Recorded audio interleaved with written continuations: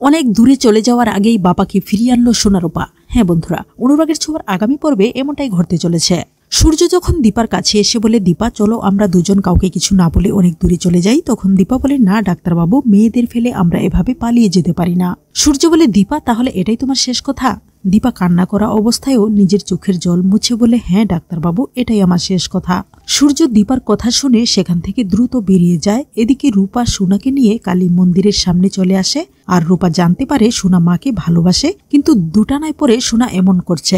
রূপা বলে, হিংসুকুটি মা বাবা আমাদের জন্য অনেক কষ্ট করেছে, তাই এবার আমাদেরও তাদের জন্য কিছু করা উচিত। এই বলে রূপা সোনাকে প্রতিজ্ঞা করায়। তারা বলে, আমরা যে করেই হোক বাবা মাকে এক করবই। অন্যদিকে সূর্য দীপার কাছ থেকে চলে আসে আর সিদ্ধান্ত নেয়, আমাকে এবার সবকিছু ছেড়ে অনেক দূরে চলে যেতে হবে, কারণ আমি দীপার কষ্ট আর সহ্য করতে পারছি না।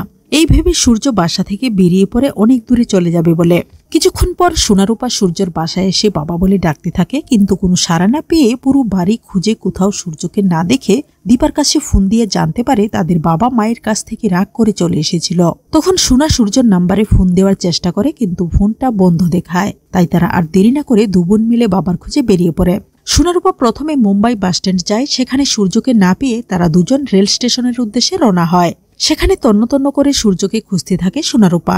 রূপা হঠাৎ দেখতে পায় সূর্য গাড়িতে উঠে গেছে, আর তখনই দুবোন মিলে চিৎকার করে বাবা বলে ডাকতে থাকায় সূর্য চমকে যায়। পেছনে ফিরে দেখে সোনারূপা একসাথে তার দিকেই আসছে। সূর্য আর দেরি না করে গাড়ি থেকে নেমে সোনারূপাকে জড়িয়ে ধরে কান্না করতে থাকে। তখন রূপা বলে, বাবা তুমি আমাদেরকে মাকে ফেলে কোথায় চলে যাচ্ছিলে? সূর্য বলে, মা আমি বড্ড ক্লান্ত হয়ে পড়েছিলাম, তাই সব ছেড়ে নতুন ভাবে বাঁচার চেষ্টায় দূরে কোথাও যেতে চাইছিলাম।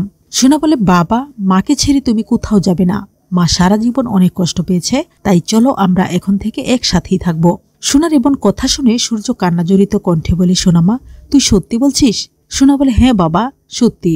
তারপর সোনারূপা সূর্যকে নিয়ে তাদের মায়ের কাছে চলে আসে আর দীপাকে বলে, মা আমরা এখন থেকে একসাথেই থাকবো। দীপা সোনারূপার কথা শুনে খুশিতে কান্না করে দেয় আর সোনারূপাকে বুকে জড়িয়ে নিয়ে আদর করতে থাকে। তো বন্ধুরা, এভাবে যদি সোনারূপা মিলে সূর্য দীপাকে আবার এক করে দেয় তাহলে কেমন লাগবে তোমাদের? জানিয়ে দাও কমেন্ট করে। ধন্যবাদ।